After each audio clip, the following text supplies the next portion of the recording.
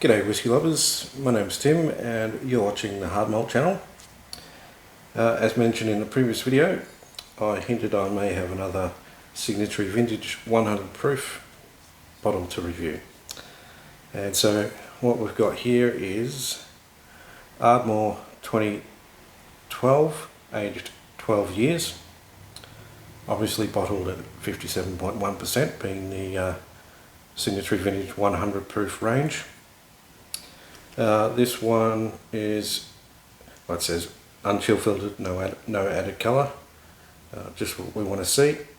And this one says it is second fill bourbon barrels after Islay.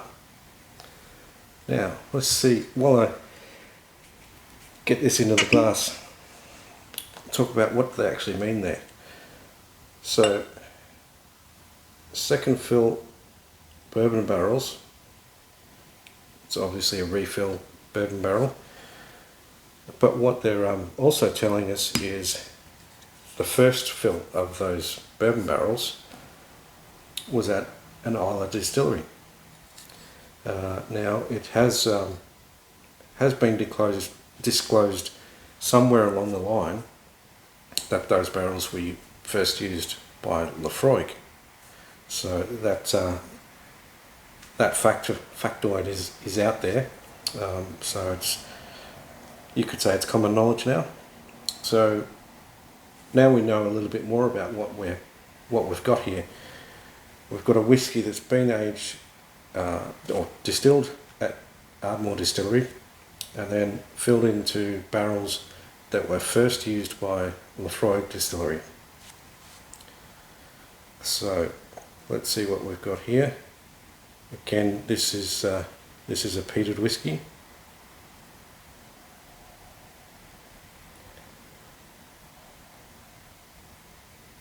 There's loads of, immediately what I get is loads of light fruits, apples, pears. Mostly pears with hints of citrus as well. There is smoke there, but it's, I want to say subtle, but that's probably the wrong word. I'd probably go with soft smoke.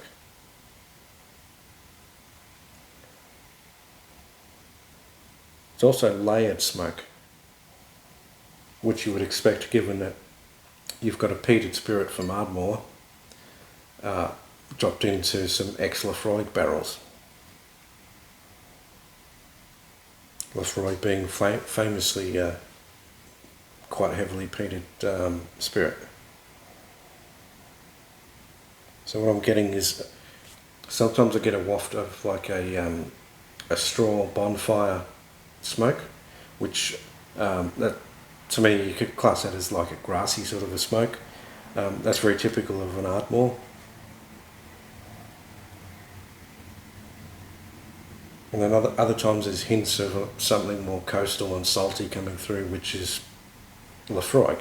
So you're getting a bit of the best of both worlds, you could say.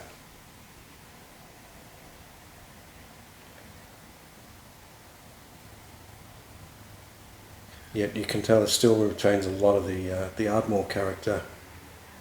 There's definite grassiness in there, honey,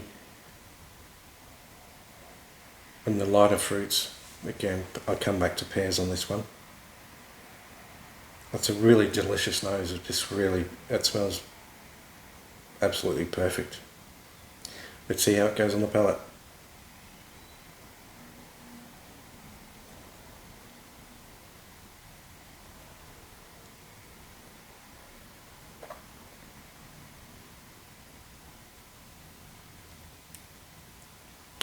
Very smooth on the palate, even at 57.1%.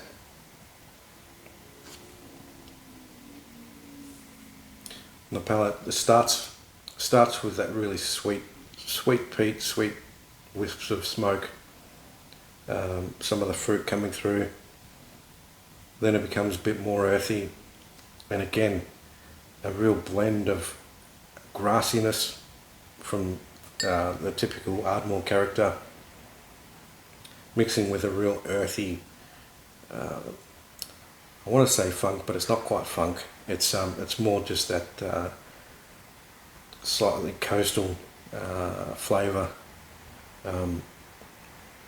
Very faint hints of the sort of iodine sort of medicinal note that you might get from Lafroig, but it's very, very subtle. It's mostly the earthy and the coastal sort of flavours that are coming through. The finish is still going. It's still just sitting on the back of my tongue.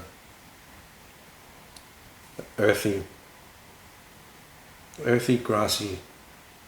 The smoke is pretty much dissipated, but you can tell it was there. So I'd say earthy, grassy with peat and hints of citrus on the finish.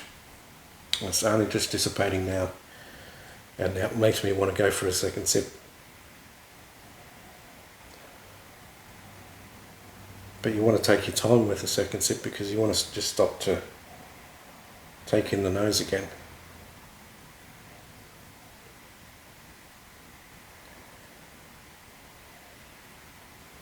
Pears, maybe hints of unripe banana.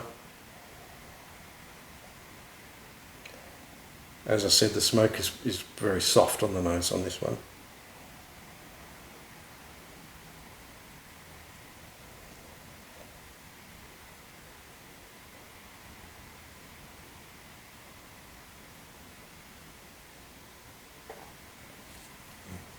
Holding it on your palate for a while really brings out more of the honey and the citrus, and then that grassiness comes back and the earthiness. It's absolutely delicious whiskey, and for the price that I paid on this, it's outstanding value. Pricing. It's going to vary from market to market. For example, I'm in Australia and I picked this one up with a discount for buying 2 or more bottles at the Melbourne Highland Games. Picked this one up for, if I remember correctly, picked it up for $106 or $112 Australian. For a 12-year-old whiskey, that's an incredibly fair price. At this ABV, even better, and at this quality as well. So yeah, this one I'll be enjoying this one and trying to savour it as much as I can. Really enjoying it, and even better is the fact that, as some of you might already know, that Lafroig, being one of my favourite distilleries, is still to this day is one of the distilleries that really got me sold on whiskey at the start of my journey. What I may not have mentioned is that the very first single malt bottle that I purchased was actually an Ardmore,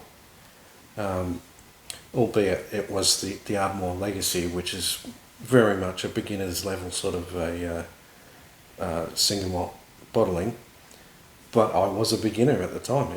As I said, it was my first single malt bottle purchase. And then obviously moved into the Isla whiskies and really loved Lafroig. So this, for me, just has a little bit extra X factor because it's an Ardmore matured in an extra Lafroig cask. You can't get better than that. It's the best of both worlds. As I said, it's a win-win. So there you have it, folks. Really enjoying this one. Until the next video, Saint Javar.